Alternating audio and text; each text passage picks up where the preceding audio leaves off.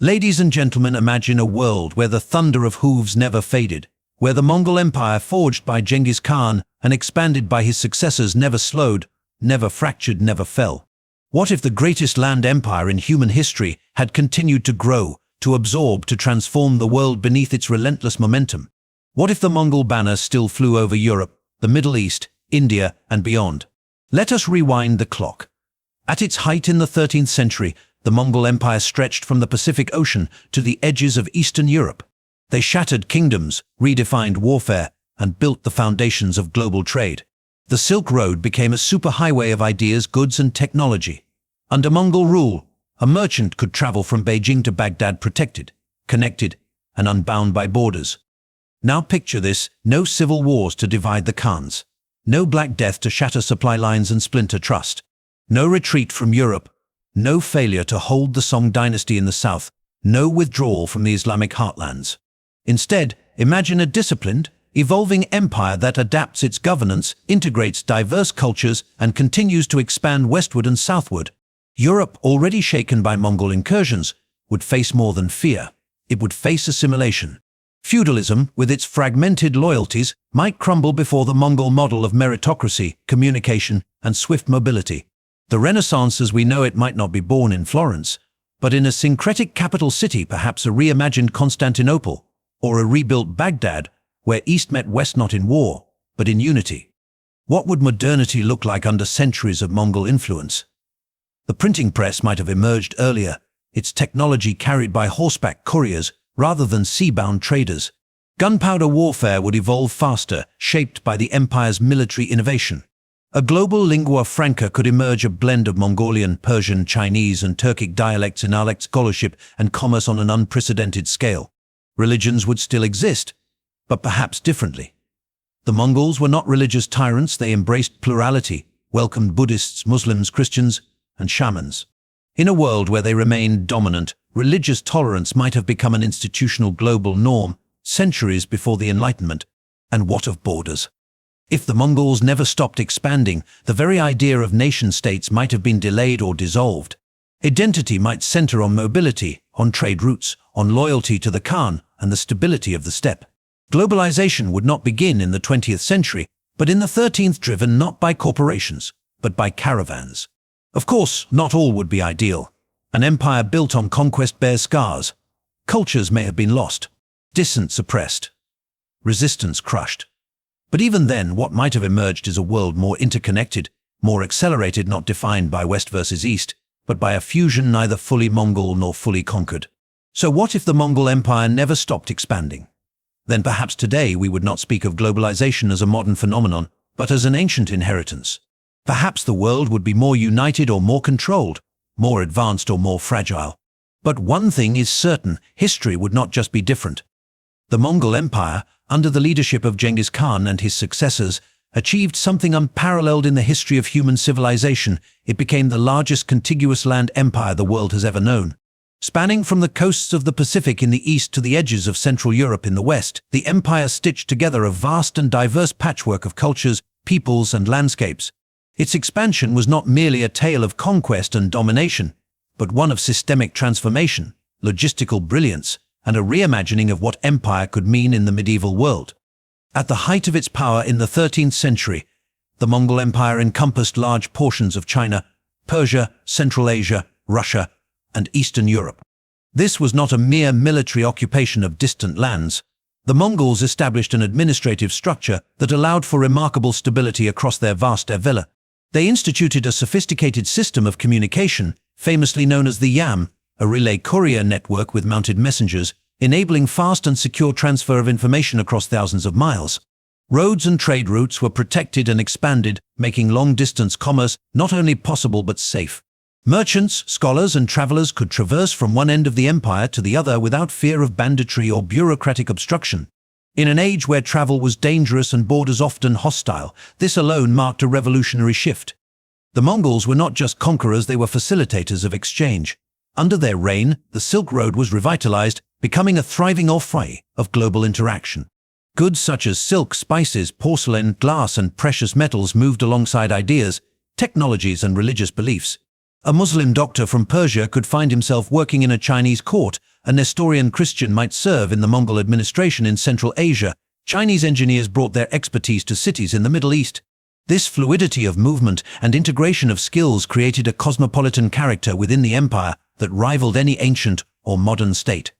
What is often overlooked is the Mongol Empire's adaptive capacity. Unlike many empires that imposed a single identity on the conquered, the Mongols incorporated and often elevated local administrators, advisors, and customs. In China, they retained Confucian scholars. In Persia, they consulted Islamic jurists. In Russia, they allowed existing princes to rule under Mongol oversight. This pragmatic approach to governance prevented unnecessary upheaval and allowed for the efficient collection of tribute, maintenance of order, and continued productivity of the land. Their rule was not driven by ideology or religious zeal, but by the pursuit of control, stability, and revenue, which ironically made them more tolerant and flexible rulers than many of their contemporaries. Had this empire not begun to fracture due to internal strife, succession disputes, and the eventual rise of competing powers, it's entirely conceivable that the Mongol system could have solidified into a long-term global framework. With their unmatched reach, their sophisticated logistics, and their ability to integrate diverse populations, the Mongols had the infrastructure and vision necessary to reshape the trajectory of world history on a scale no single civilization had achieved before. If the Mongol Empire had continued its relentless expansion without interruption, the global political landscape would have undergone a profound transformation, far beyond the fragmented kingdoms and feudal states that characterized much of medieval Europe and Asia. The sheer size and organizational capacity of the Mongol Empire had already demonstrated a new kind of imperial structure, one that, instead of dividing territories into small, competing fiefdoms, sought to unify vast regions under a centralized authority. This unification carried the potential to dissolve old power structures and replace them with a new, integrated political order that blurred the lines between East and West. Europe in the 13th and 14th centuries was a continent of competing kingdoms, often at war with one another, marked by a feudal system that emphasized local loyalty over central authority. The Mongol incursions into Eastern Europe had already exposed the vulnerability of these fragmented states. Had the Mongol expansion continued westward, the traditional European system might have been forced to either submit to Mongol rule or radically adapt to survive. The meritocratic and pragmatic governance model of the Mongols, based on loyalty and competence rather than hereditary nobility alone, posed a direct challenge to the entrenched feudal aristocracy. This could have led to a sweeping reformation of governance in Europe, where merit and service to the empire might have replaced the inherited privilege that defined medieval society. Similarly, the Islamic world, fractured into various sultanates and khanates, was vulnerable to the Mongol onslaught and subsequent governance. The Mongols had already conquered the Khwarezmian Empire and dealt devastating blows to Baghdad, the center of the Abbasid Caliphate. However, rather than obliterating Islamic culture, the Mongols often embraced it, converting to Islam and adopting Persian administrative practices. If their empire had continued expanding without retreat or collapse, the Islamic world could have been unified under Mongol rule, blending the empire's military prowess with the rich intellectual and cultural traditions of the Middle East. This fusion could have produced a powerful, stable polity that bridged Asia and Europe and redefined what it meant to govern a diverse population. In the Indian subcontinent, which at the time was divided among numerous kingdoms and sultanates, a sustained Mongol presence might have accelerated the unification of the region under a centralized administration. While the Mongols faced challenges in India due to geography and climate, their military innovations and administrative strategies could eventually strengthen. This would have fundamentally changed the trajectory of South Asian history, potentially preempting the later rise of the Mughal Empire by centuries and altering the region's cultural and religious dynamics on a massive scale. What emerges from this vision is a world where regional identities European, Middle Eastern, Indian, East Asian begin to merge into a larger imperial identity under Mongol leadership. This would not necessarily erase cultural differences but would encourage a syncretism born of necessity and shared governance. Trade, communication, and political allegiance would be centered around the empire rather than fragmented kingdoms or states. The empire's ability to maintain order over vast distances, combined with its flexible administration that incorporated local elites, meant that governance could be effective and stable over large, diverse territories. The political map, as we know it today, with its nation-states and defined borders, would have been fundamentally altered. Instead of hundreds of competing kingdoms and principalities, vast regions could have been governed as provinces of a larger whole, connected by the Mongols' administrative networks and communication systems. This new order would have challenged the concept of sovereignty as we understand it, potentially replacing it with a form of imperial citizenship tied to allegiance to the Khan and the empire's institutions rather than ethnic or linguistic identity. Such a transformation would have set the stage for unprecedented political integration and stability across Eurasia, with the Mongol Empire serving as the backbone of a truly interconnected world. The Mongol Empire's remarkable expansion was not just a story of conquest, but also one of rapid technological diffusion and cultural exchange. Had the empire continued to grow and stabilize, the pace of innovation and the spread of ideas across continents could have accelerated dramatically, reshaping the timeline of human progress. Technologies and inventions that took centuries to reach different parts of the world might have circulated much faster, creating a more interconnected and advanced global civilization long before the modern era. One of the most significant areas where the Mongols influenced innovation was in communication and the transmission of knowledge. Their extensive relay system, the yam, allowed messages to travel vast distances at unprecedented speeds, enabling the swift spread of ideas and information. This infrastructure would have provided an ideal foundation for earlier and wider dissemination of inventions such as the printing press.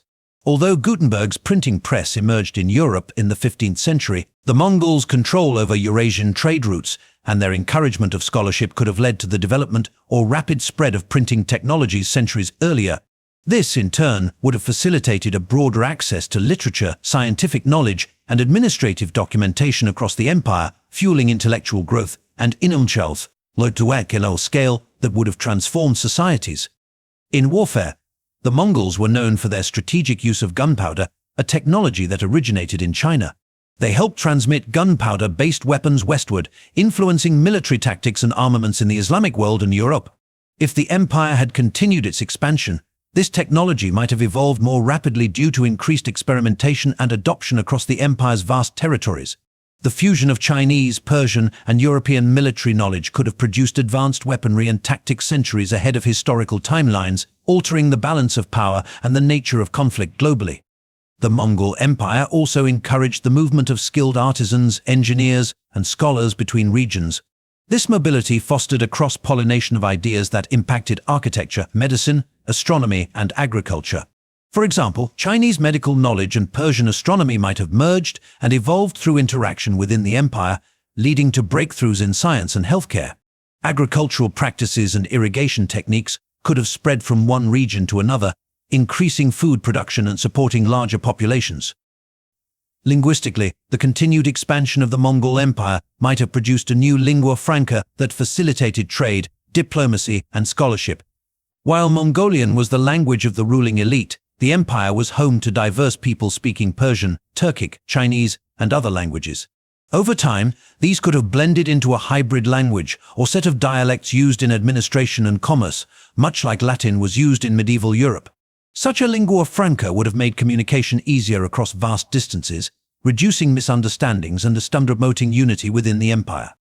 Education and cultural exchange would also have flourished under a stable and expanding Mongol Empire. The empire's openness to different religions and philosophies fostered an environment where knowledge could be shared freely. Scholars from various traditions might have collaborated more frequently, resulting in a richer and more diverse intellectual landscape.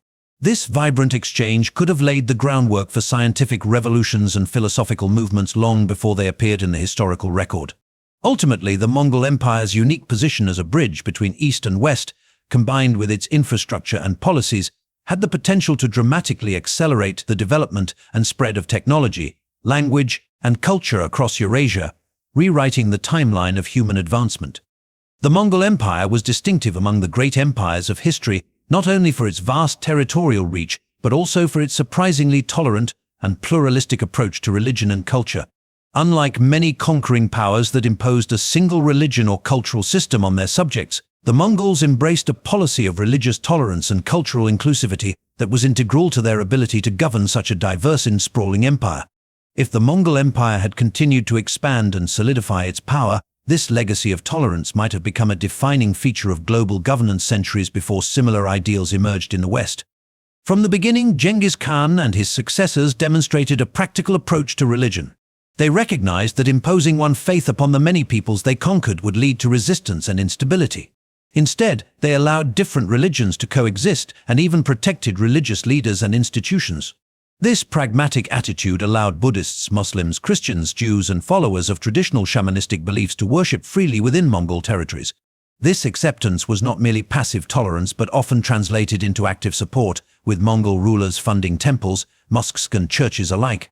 Such openness created a unique environment where religious ideas could flow alongside goods and technologies along the Silk Road. Had the Mongol Empire never stopped expanding, this pluralistic spirit could have become institutionalized and globalized.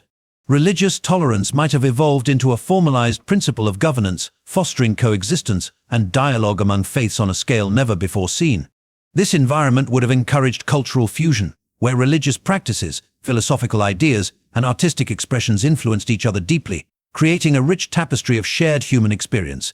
Rather than fracturing societies along religious lines, the empire's policies might have promoted unity through respect for diversity. This level of religious pluralism would have had profound implications for world history. The conflicts driven by religious intolerance that plagued Europe and the Middle East in later centuries, such as the Crusades, the Inquisition, and sectarian wars, might have been mitigated or avoided altogether. Instead of rigid dogmas and exclusionary ideologies dominating political and social life, a Mongol-led world might have cultivated a culture of mutual understanding and cooperation. Such a world could have advanced philosophical and scientific inquiry by allowing scholars from different religious backgrounds to collaborate without fear of persecution. Cultural fusion under Mongol rule would not have been limited to religion. The empire was a melting pot of ethnicities, languages, and customs, and its openness encouraged the blending of traditions. Artistic styles, culinary practices, and legal systems borrowed elements from multiple cultures, creating hybrid forms that reflected the empire's diversity. If this fusion had continued unchecked, it could have led to the emergence of new cultural identities that transcended traditional ethnic or national boundaries. People might have identified less with isolated communities and more with the broader, inclusive identity fostered by the empire's governance. Such a tolerant and interconnected empire could have also influenced the development of modern concepts of citizenship and human rights. The Mongols' emphasis on loyalty to the empire rather than ethnicity or religion hinted at an early form of civic identity based on shared governance and protection. Over time, this idea might have evolved into a more inclusive understanding of belonging and rights, challenging the later emergence of nationalism and ethnocentrism. In this vision, the Mongol Empire's expansion would not only reshape the geopolitical map, but also redefine social and cultural norms worldwide. The legacy of religious tolerance and cultural fusion might have created a foundation for a more peaceful and cooperative global society, centuries ahead of its time. The idea of globalization as we understand it today, a complex network of interconnected economies, cultures, and political systems, emerged relatively recently in human history, mainly in the 20th century. Yet, if the Mongol Empire had never stopped expanding, this process of global integration might have been born centuries earlier, fundamentally altering the course of human civilization. The Mongols' unique position, spanning vast territories across Eurasia, combined with their administrative innovations and encouragement of trade and communication, set the stage for an early form of globalization that connected distant regions in unprecedented ways. At its peak, the Mongol Empire controlled a contiguous landmass stretching from the Pacific Ocean to Eastern Europe. This vast territory encompassed diverse cultures, languages, religions, and economies. By uniting these regions under a single political framework, the Mongols created an environment where goods, ideas, and people could move more freely than ever before. The empire's protection of trade routes, especially the Silk Road, facilitated the exchange of commodities such as silk, spices, metals, and textiles on a massive scale. This commerce was supported by a sophisticated system of laws and regulations that reduced the risks of theft and piracy, encouraging merchants and travelers to venture farther and connect more markets. The Mongols also pioneered innovations in communication and administration that helped knit together their empire's far-flung territories. Their famous Yam system, a network of relay stations with mounted couriers, enabled rapid transmission of messages across thousands of miles, ensuring that information flowed quickly between the empire's various regions. This system not only supported governance and military coordination, but also fostered cultural and intellectual exchange. Scholars, artisans, and diplomats traveled the empire, bringing with them new technologies, religious ideas, artistic styles, and scientific knowledge. The empire's openness to different peoples and beliefs created a rich cultural mosaic that thrived on interaction and synthesis. Had the Mongol Empire continued to expand and solidify this network of connections, the early onset of globalization could have transformed societies across Eurasia. Instead of isolated civilizations evolving independently, a shared economic and cultural framework might have emerged. Local traditions and innovations would still have flourished, but they would have been influenced by and contributed to a broader, interconnected world.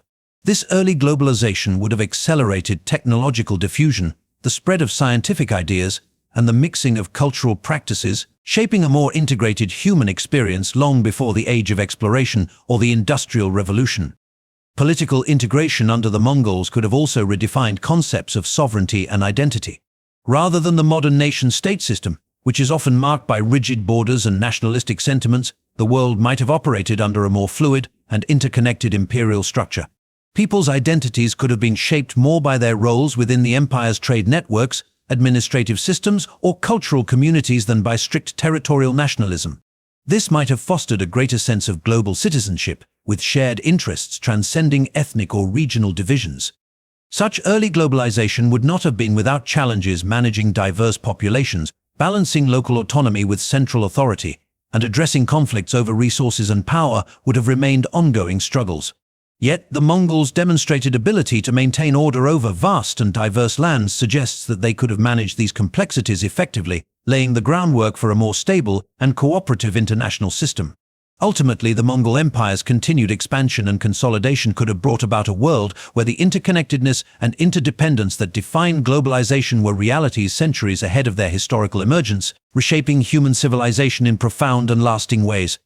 If the Mongol Empire had never stopped expanding, the world might have witnessed an early era of global unification, unprecedented in scale and impact. The Mongols' vast, interconnected empire already bridged Asia and Europe, enabling rapid movement of goods, ideas, technologies, and people. Continued expansion would have further accelerated this exchange, creating a world where borders were more fluid and cultural fusion more natural. Europe's fragmented feudal kingdoms might have been forced into reform or submission, adopting Mongol administrative systems that emphasized merit over hereditary power. In the Islamic world and India, Mongol rule could have unified regions long divided by internal conflict, blending Persian, Arab, Turkic, and Indian traditions into a vast multicultural system.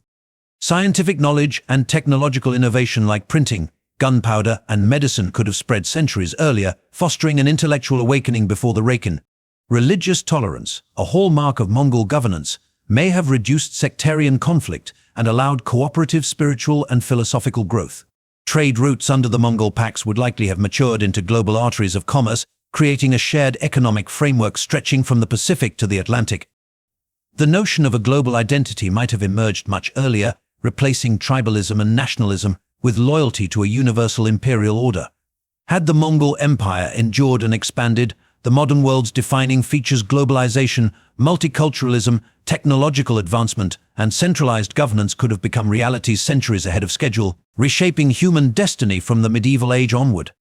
If Cleopatra had won the Battle of Actium, the course of world history would have shifted dramatically.